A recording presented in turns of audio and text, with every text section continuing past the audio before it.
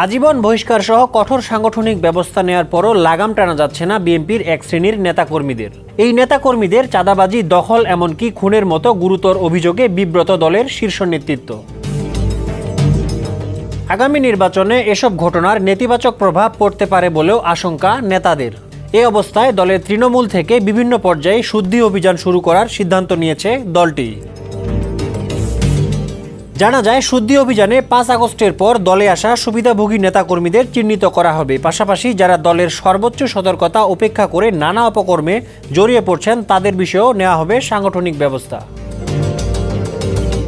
এ বিষয়ে বিএনপির স্থায়ী কমিটির সদস্য সালাউদ্দিন আহমেদ বলেন, দলের চেইন অফ কমান্ড ঠিক রাখতে অচিরেই জেলা থেকে শুরু করে তৃণমূল পর্যন্ত শুদ্ধি অভিযান চালানোর সিদ্ধান্ত নেওয়া হয়েছে।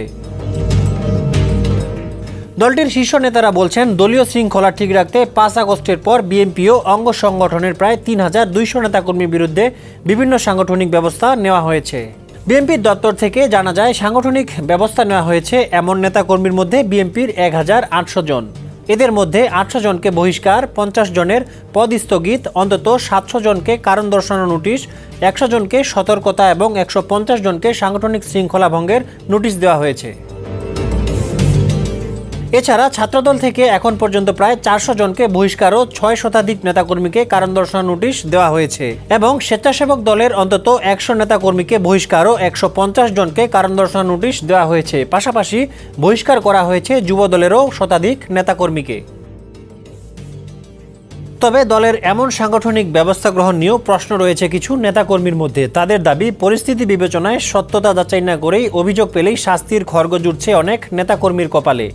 বেশিরভাগ ক্ষেত্রে অভিযুক্ত নেতাকর্মীকে আত্মসমর্পণের সুযোগ দেওয়া হচ্ছে না, যার ফলে ফেঁসে যাচ্ছেন অনেক নিরপরাধ নেতাকর্মীও। বান্ডেল থাকলে প্রতি সেনমানিতে টাকা বাঁচবে। বিকাশ সেনমানি বান্ডেল কিনে জিতুন প্রতি লেনদেনে। তবে শুধু রাজনৈতিক নয়, দেশের সার্বিক আইন শৃঙ্খলা পরিস্থিতি খারাপ বলে মনে করছে বিএনপি। বিশেষ করে মব সন্ত্রাসের বিরুদ্ধে কোনো ব্যবস্থা না নেওয়ায় সামাজিক শৃঙ্খলাও ভেঙে গেছে বলে জানিয়েছে দলটি। ডেস্ক রিপোর্ট, সমকাল।